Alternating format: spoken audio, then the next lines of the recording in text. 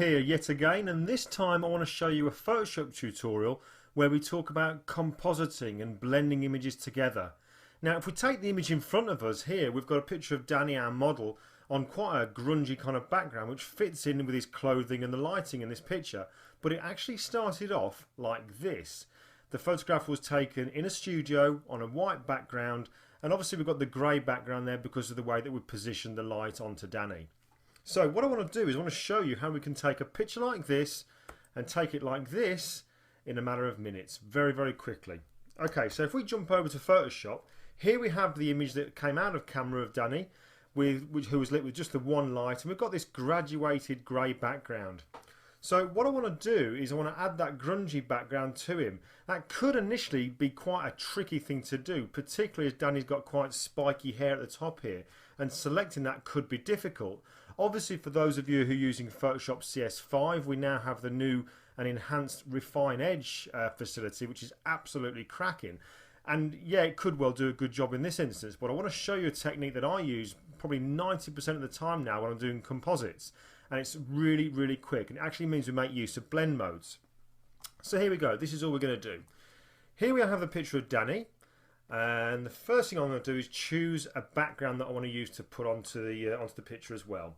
So we'll just browse for one of those. I'm going to place it into this image as a smart object, and I'm going to choose one here. I have a folder on my computer where I have generally I regularly photograph textured backgrounds for future use, as in this kind of case. So here we have a texture, and we're going to place that onto our image here. I'm now going to hold down my Alt or Option key and Shift and just drag it so that it fills the whole of that picture there, and press Enter to commit it. The next thing I'm going to do is I'm going to come over to my Layers panel here, and I'm going to turn that layer off and click just the once on the layer containing Danny. And we'll just zoom out. And there we go. Whoops, zoom out to about there. There we go. Okay, right, the next thing I'll do is I'm going to make a selection of Danny, and I'm going to press W on my keyboard, or I'm going to come over to the Tools panel over here, the Tools bar, and just use the Quick Selection tool. And all I'm going to do then is just make a very, very rough selection using the Quick Selection tool of Danny. Now, appreciate there's all the hair here, which we mentioned earlier. I'm not overly concerned about that at the moment, because the mask you'll see doesn't have to be perfect. So all I'm doing is just going over Danny, making a Photoshop so he selects all of Danny's upper body and his legs and his arms and so on.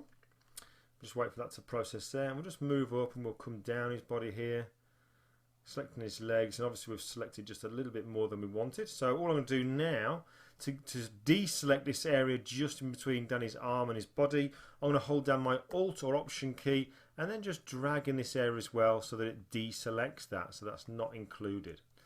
Okay, and we'll do the same for the other side as well. Hold down our Alt or Option key and just click in this area here so it's not selected. A little bit down here, and I can see there's just one more area that we need to do just down here between Danny's legs, and we'll just click in there as well.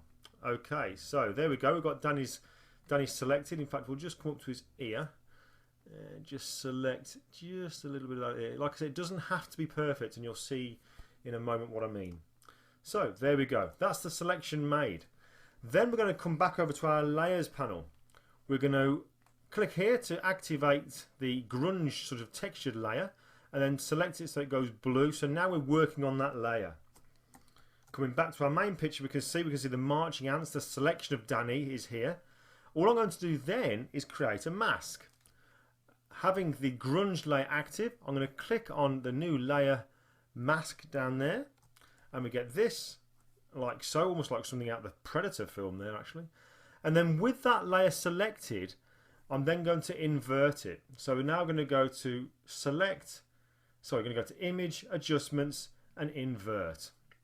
Now here we can see the background has come through, and yeah, we've got a lot of Danny showing through, but it's far from perfect, because when we look here, it's very, very obvious that it's been cut out, very jagged edges here. Again, that could be quite tricky to sort of solve that unless we're using CS5. But what we can do now, this is what's amazing about these blend modes within Photoshop, is change the blend mode of this grunge layer with the mask on to soft light. And look what happens when we do that. Straight away we can see that selection has just been sorted out with just a click of one button. We can see the hair at the top here on Danny, all has now been selected really, really nicely. I'll zoom in and I'll show that. Let's just change the blend mode to normal, and we can see the really jaggedy hair. In fact, there's no hair goes beyond this point here. Pretty obvious that it's been cut out there. But when we change the blend mode to soft light, you can see now, hopefully you'll see this on your screen, that all of the hair, all these little fine strands of hair are selected.